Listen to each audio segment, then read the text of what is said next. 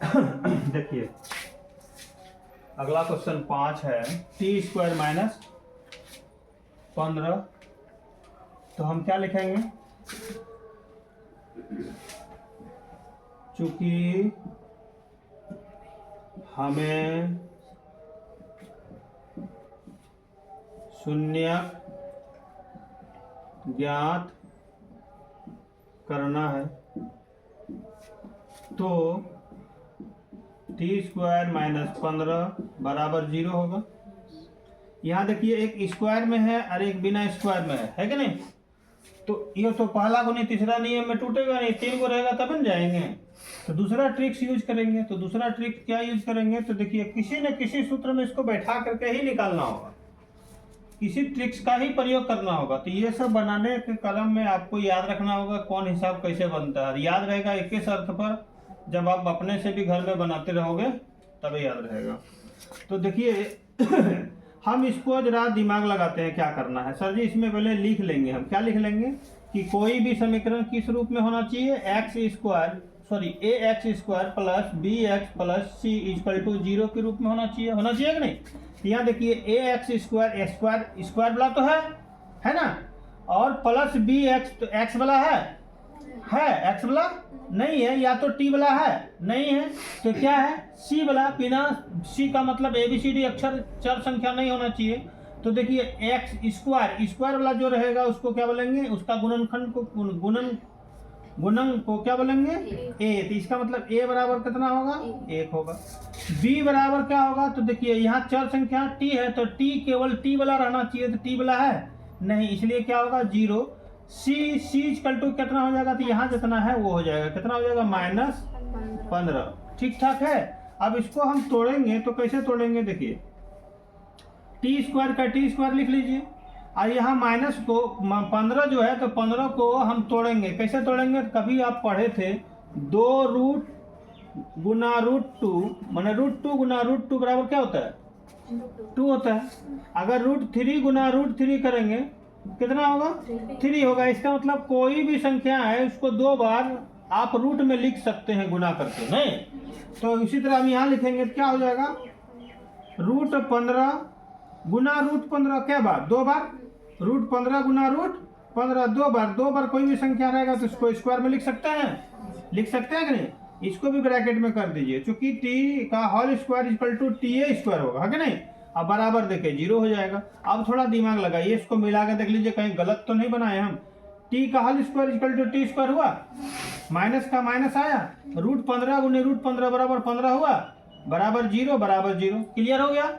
अब यहाँ पर देखिए हम लोग एक सूत्र जानते थे, क्या जानते थे, A square minus B square बराबर सूत्र क्या होगा, a plus B into A minus B. ये सूत्र जानते हैं ना। तो इस सूत्र से यहाँ बनेगा, क्या बनेगा यहाँ लिखेंगे, चूंकि इस सूत्र से बनेगा। देखिए ए स्क्वायर माइनस बी स्क्वायर यहाँ मिल रहा है, इसको a मान लिए इसको b मान लिए, A square minus B square मिल रहा है, तो क्या लिखना है a प्लस बी और a माइनस बी। तो यहाँ पर क्या लिखाएगा a प्लस बी, ए में कितना है t प्लस बी में equal to √15, a plus B हो गया।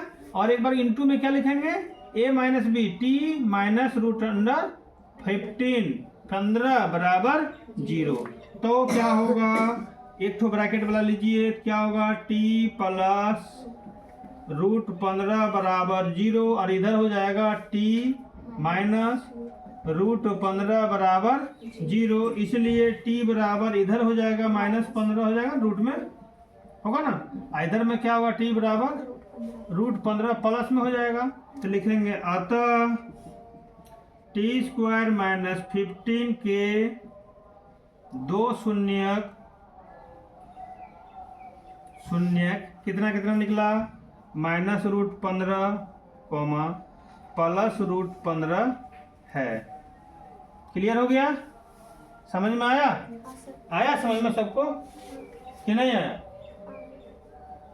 ठीक है, उसके बाद अब यहाँ क्या लिखेंगे, अब शून्यकों तथा गुणांकों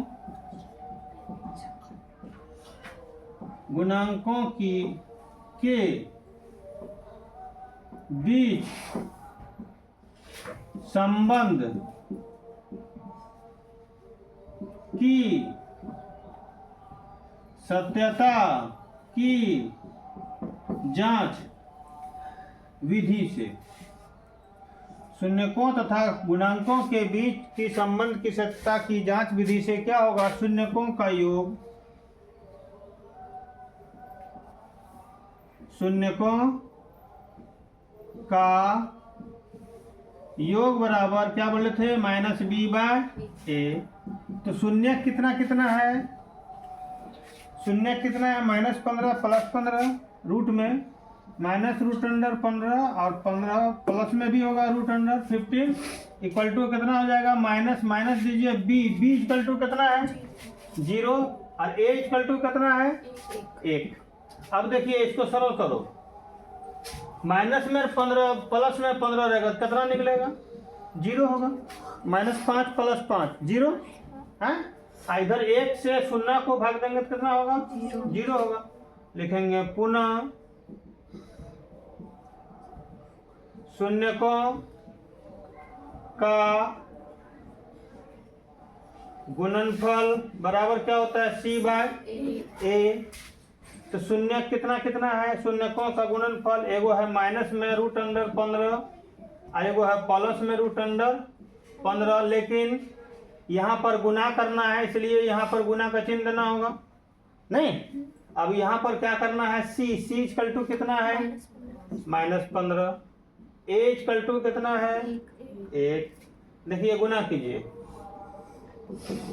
plus minus root under 15 equal to का मतलब कितना होगा? 15 ही होगा। और 1 से इसको भाग देंगे तो -15 ही होगा। मिल गया? जांच हो गया? हाँ, नहीं समझ में आ रहा है तो बोलना है जरूरी।